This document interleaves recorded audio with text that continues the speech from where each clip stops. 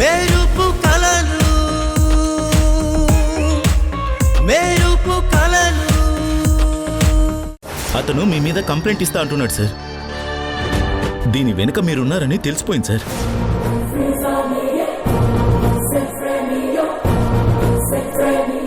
పైగా ఏవో ఆధారాలు ఉన్నాయని బెదిరిస్తున్నాడు సార్. తనతో పాటు కొందరు జర్నలిస్టులు కూడా వచ్చారు సార్. అందరూ కలిసి ఏదో చేయబోతున్నారు సార్. కానీ ఏం చేస్తున్నారో తెలియడం లేదు సార్. వీడేంటి ప్రతి దాంట్లో దురుతి ఎక్కువ చేస్తున్నాడు? అయినా నువ్వేం పోలీసువయ్యా? వాడొచ్చి నా పైన కంప్లైంట్ ఇస్తాను, ఆధారాలు ఉన్నాయని గాని భయపడిపోయి నాకు ఫోన్ చేస్తున్నావు. వాడిని ఆ మాత్రం కంట్రోల్ చేయలేవా? సార్, నేను చేసేదంతా చేశాను సార్. కానీ ఇతను చాలా డేంజర్గా ఉన్నాడు. చూస్తుంటే చాలా పెద్దగా చేసేటట్టున్నాడు. చూడు, అనవసరంగా నువ్వు భయపడి నన్ను భయపెట్టాలని చూడకు. వాడెక్కువ ఏదైనా మాట్లాడితే మీ స్టేషన్లో ఉన్న పాత కేసులన్నీ వాడి మీద బనాయించి లోపలేసే. ఏం చేయాలో తర్వాత నేను చూసుకుంటాను. నువ్వు విషయం బాగా గుర్తుపెట్టుకో. వాడి ఎట్టి పరిస్థితుల్లో బయటికి రాకూడదు. వాడి మీద పెట్టిన కేసుల్ని కోర్టు వరకు తీసుకెళ్ళి వాళ్ళు అందరి ముందు తప్పులు చేసే తప్పుడు మనిషిగా సొసైటీ ముందు నిరూపించి చావలేక బ్రతకలేక శిక్షను అనుభవించి ఆ తర్వాత నా కాళ్ళ దగ్గరకు వచ్చి నేను చెప్పినట్టు పడుండాలి. అందుకోసం నువ్వేం చేసినా నాకు అనవసరం. ఇందులో ఏమాత్రం తేడా వచ్చినా నీ ప్రమోషన్ సంగతి పక్కన పెడితే డైరెక్ట్గా నరకానికి ట్రాన్స్ఫర్ చేస్తాను.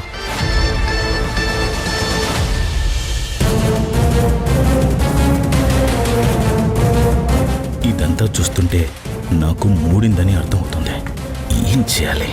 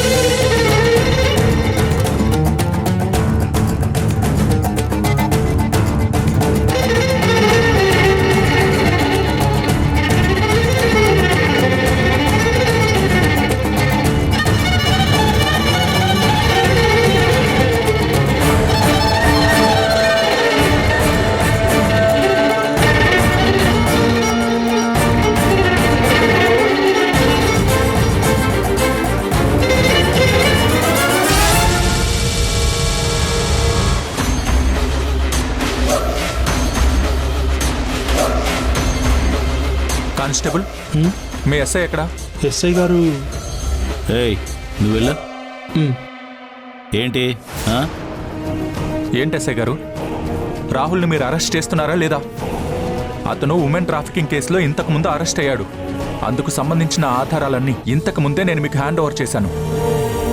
ఇప్పుడు మీరు అతన్ని అరెస్ట్ చేస్తున్నారా లేదా? అబ్బబ్బబ్బా, ఏంటయ్యా నీ నసా? అది అంతకుముందు కేసు.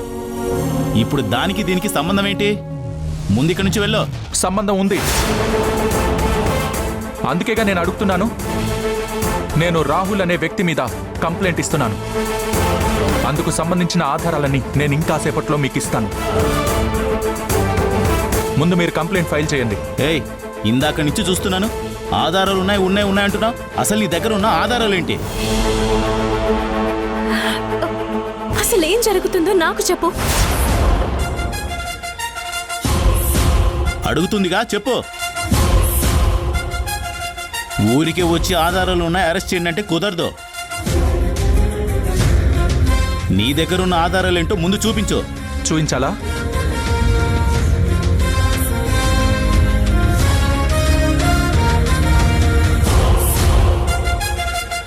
అయితే చూడండి.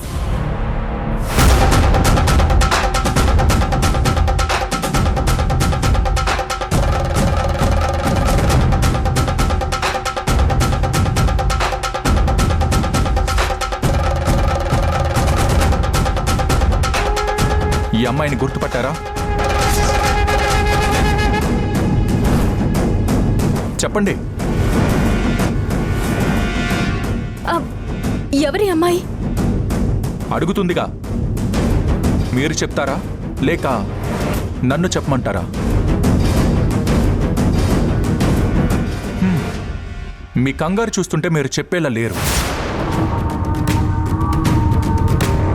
నేనే చెప్తాను.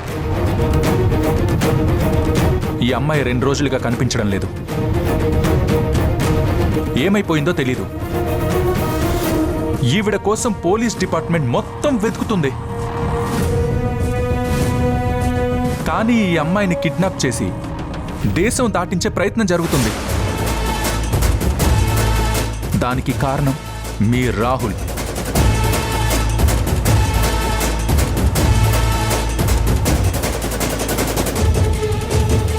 కానీ మీరు 2 సంతకాలు అడ్డం పెట్టుకొని ఏమీ తెలియని వాళ్ళని అరెస్ట్ చేశారు. కానీ నిజానికి అరెస్ట్ చేయాల్సింది రాహుల్ని. అసలు ఈ కేసుకి మా అత్తయ్య వాళ్ళకి సంబంధమే లేదు.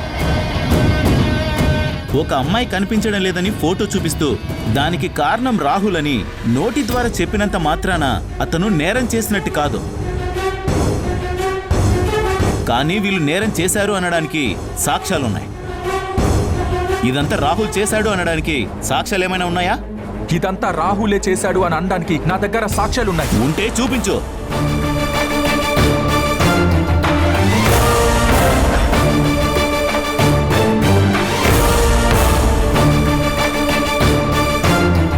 అడుగుతుంటే అలా చూస్తావేంటి? సాక్ష్యాలు ఉన్నాయన్నావు కదా, చూపించు. ఇదంతా రాహులే చేశాడని అనడానికి నేనే ప్రత్యక్ష సాక్షి.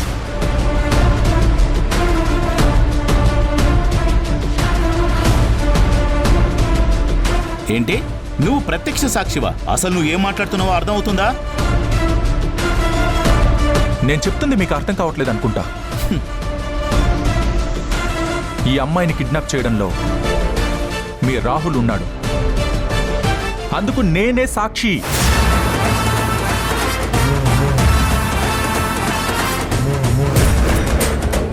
అదే అడుగుతున్నాను. ఇదంతా రాహుల్ చేశాడని ఎలా చెప్పగలుగుతున్నావు? అంటే నువ్వు చూసావా? నీ దగ్గర ఆధారాలు ఏమున్నాయి? ముందు అది చెప్పు.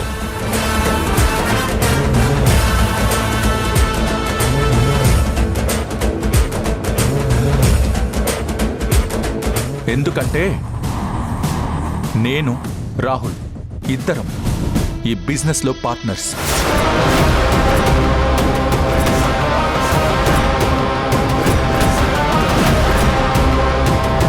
ఏది చేసినా మేమిద్దరం కలిసే చేస్తాం.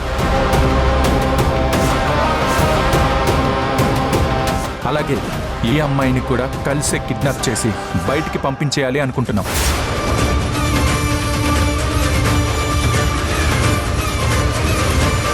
నువ్వేం మాట్లాడుతున్నావు? నీకు అర్థం అవుతుందా?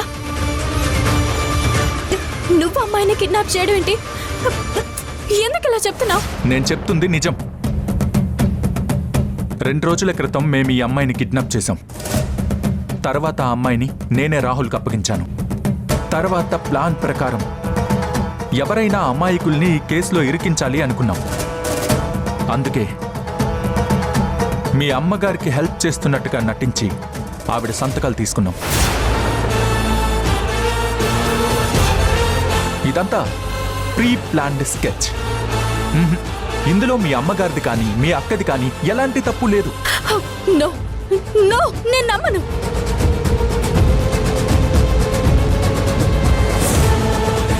నువ్వు అబద్ధాలు చెప్తున్నావు. నువ్వు కావాలని ఇదంతా చేస్తున్నావు. మా వాళ్ళని కాపాడడానికి ఇదంతా నువ్వు చేస్తున్నావు. అవును, ఇదంతా నువ్వు కావాలని చేస్తున్నావు. మీ వాళ్ళని కాపాడుకోవడం కోసం రాహుల్ని మధ్యలోకి తీసుకొస్తున్నావు.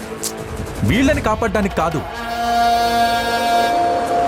ఎంతో మంది ఆడపిల్లల జీవితాల్ని నాశనం చేసిన నాకు వీళ్ళేమైపోయినా నాకనవసరం.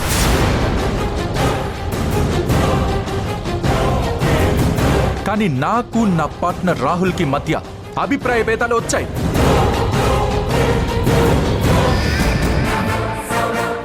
అతను నన్ను చంపాలని చూస్తున్నాడు. అందుకే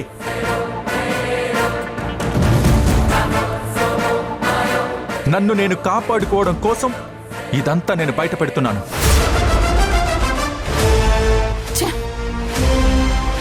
నాకు మీ మీద కూడా నమ్మకం లేకే నేనిచ్చిన సాక్ష్యాల్ని మీరు మారుస్తారన్న అనుమానంతో వాటన్నింటినీ మీడియాకిచ్చాను.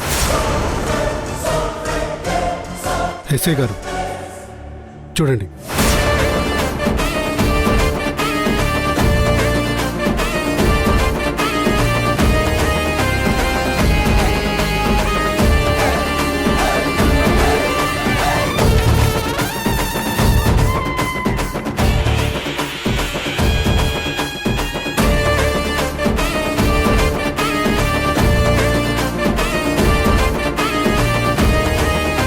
ఎస్ఐ గారు ఈ ఆధారాలన్నీ చూస్తుంటే ఇతను చెప్పింది నిజమనిపిస్తుంది.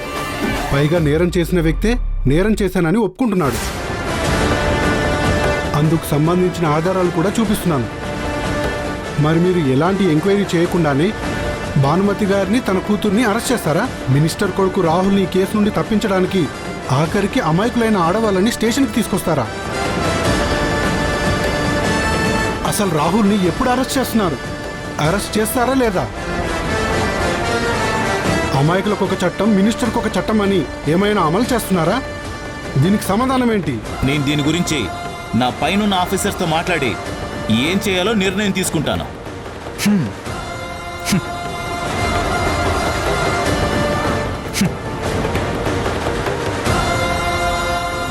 నేరం చేసినవాడు నేరం చేశానని వచ్చి మీ ముందు సరెండర్ అయ్యాడు.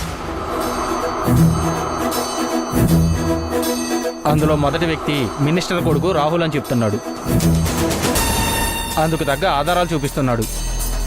అయినా మీరింకా మీ పై ఆఫీసర్తో మాట్లాడాలి అంటే దానికి అర్థం ఏంటి?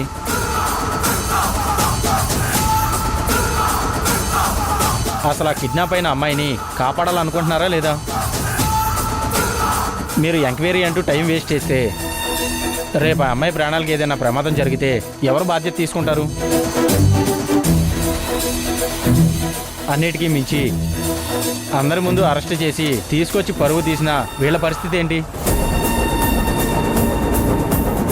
ఇప్పుడు వీళ్ళని రిలీజ్ చేస్తారా చేయరా? రాహుల్ని ఎప్పుడు అరెస్ట్ చేస్తారు? ఆ అమ్మాయిని ఎప్పుడు కాపాడతారు? లేదు, ఇదంతా నాటకం. ఈ భానుమతి వాళ్ళని కాపాడడానికి వీళ్ళంతా చేస్తున్న నాటకం. కళ్ళ ముందు ఇన్ని సాక్ష్యాలు కనబడుతుంటే నాటకం అంటున్నారేంటి ఎస్ఐ గారు? ఒకవేళ మీరు ఇప్పుడు వీళ్ళని బయటకు పంపించి రాహుల్ని అరెస్ట్ చేయకపోతే అన్ని ఛానల్స్, పేపర్స్లో ఇదే బ్రేకింగ్ న్యూస్ అవుతుంది. అందులో సెంటర్ ఆఫ్ అట్రాక్షన్ మీరే అవుతారు. ఆలోచించుకోండి. ఇప్పుడు కానీ వీళ్ళని వదలకపోతే చాలా ప్రాబ్లమ్స్ వచ్చేలా ఉన్నాయి. మీడియా మొత్తం ఒకటయ్యారు. రాహుల్ ఇచ్చే డబ్బులు, ప్రమోషన్ గురించి ఆలోచిస్తే మొత్తానికి జాబ్ పోయే పరిస్థితి వచ్చేలా ఉంది. ఇప్పుడు ఏం చేయాలి? ముందు వీళ్ళని రిలీజ్ చేసి రాహుల్ని అలర్ట్ చేయాలి. ఏంటి ఎస్ఐ గారు ఆలోచిస్తున్నారు? Constables sir. రిలీజ్ చేయండి. Okay sir.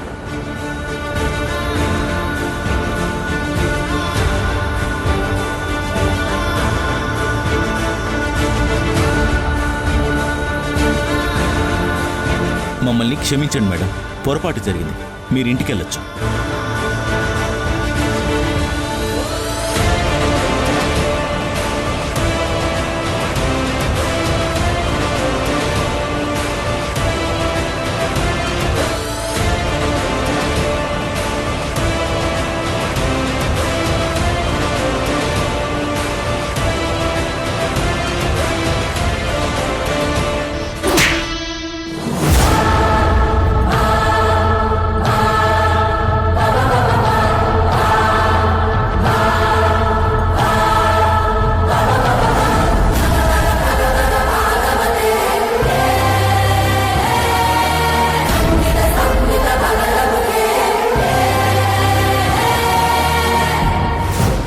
మొహం చూస్తుంటేనే అసహ్యంగా ఉంది.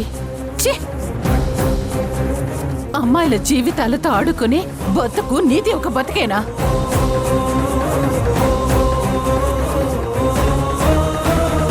ఇలాంటి బతుకు బతికే కన్నా చావడం మేలు కదా. ఇన్ని రోజులు నీలాంటి వాడి ఇంట్లో ఉన్నందుకు 100 జన్మల పాపం చుట్టుకుంది.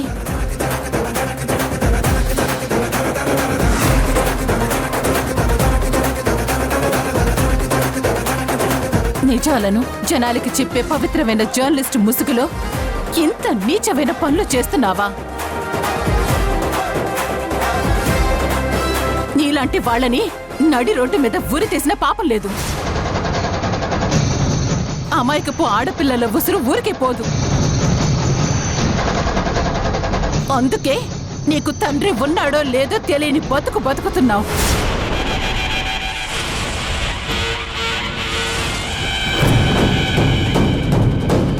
మేడం, ఏం మాట్లాడుతున్నారు? అసలు మీకు వాసు గురించి మీకేం తెలుసు?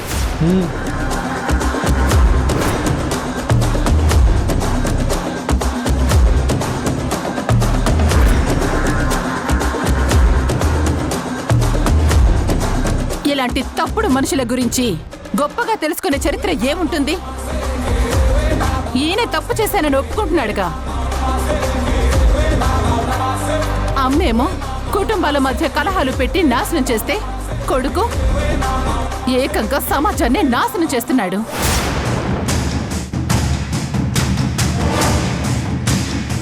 నీలాంటి వాడి గురించి మాట్లాడితేనే పాపం. ఎస్ఐ గారు, మమ్మల్ని పొరపాటుగా తీసుకొచ్చినందుకు నాకు బాధగా లేదు. కానీ ఇలాంటి వాడిని ఏం చేయకుండా వదిలిపెడితే నేను మిమ్మల్ని వదిలిపెట్టను. Let's go.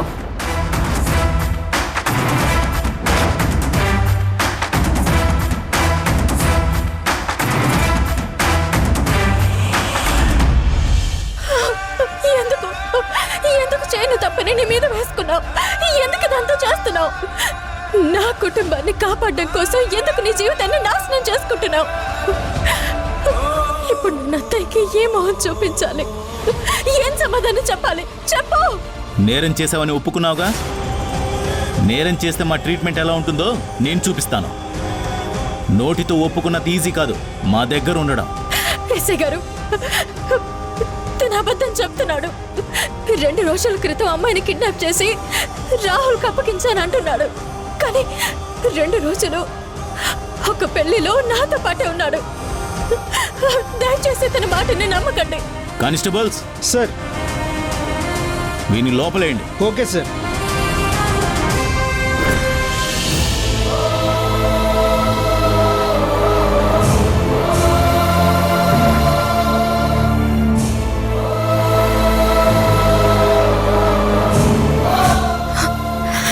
నువ్వే నేరం చేయలేదని నాకు తెలుసు. నిన్నెలాగైనా బయటికి తీసుకొస్తాను. నువ్వు నోరు తెరిచి ఏం చెప్పడం లేదు కదా. నేను తెలుసుకుంటాను. నేనే తెలుసుకుంటాను.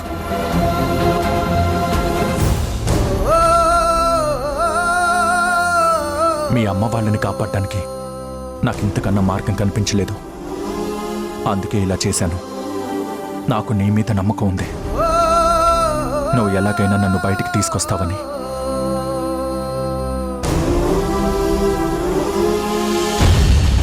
ఛా, ఈ విషయం రాహుల్కి చెప్తే ఎలా రియాక్ట్ అవుతాడో ఏంటో.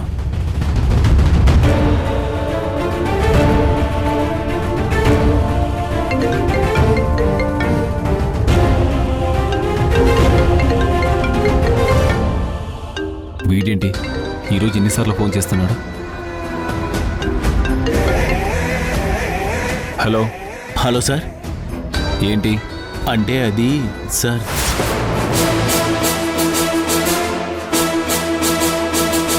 అసలు ఈ కేసుకి మా అత్తయ్య వాళ్ళకి సంబంధమే లేదు. నేను రాహుల్ ఇద్దరం ఈ బిజినెస్లో పార్ట్నర్స్.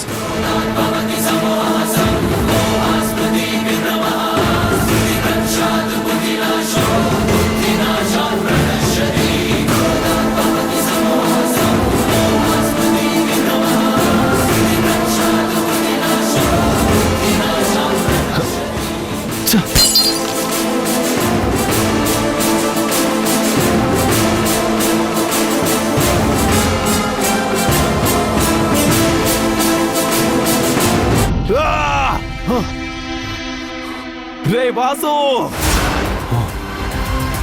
ఏంట్రా ఇలా చేశావు? ఎందుకు ఎందుకు ఎందుకు ప్రతిసారి నా వెనుక పడుతున్నావు? నిన్ను వదలను, నీ అంతు చూస్తా.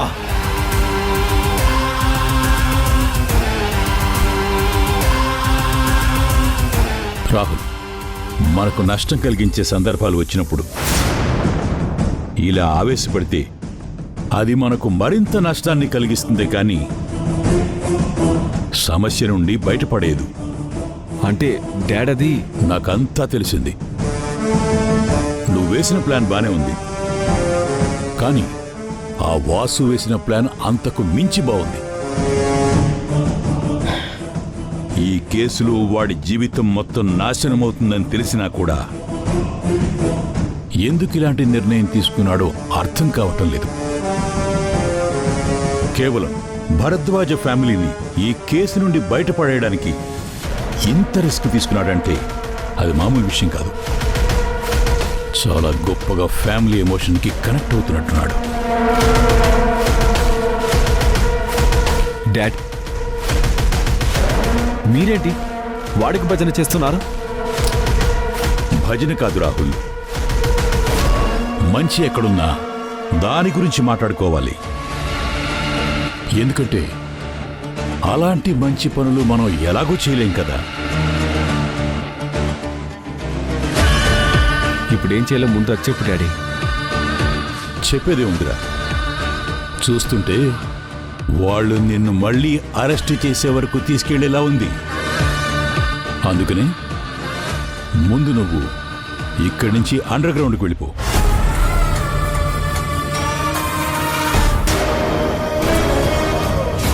వద్దు బాను, వెళ్ళొద్దు బాను. అలాంటి వాడి ఇంట్లో ఉండటం నాకు ఒళ్ళంతా కంపరంగా ఉంది.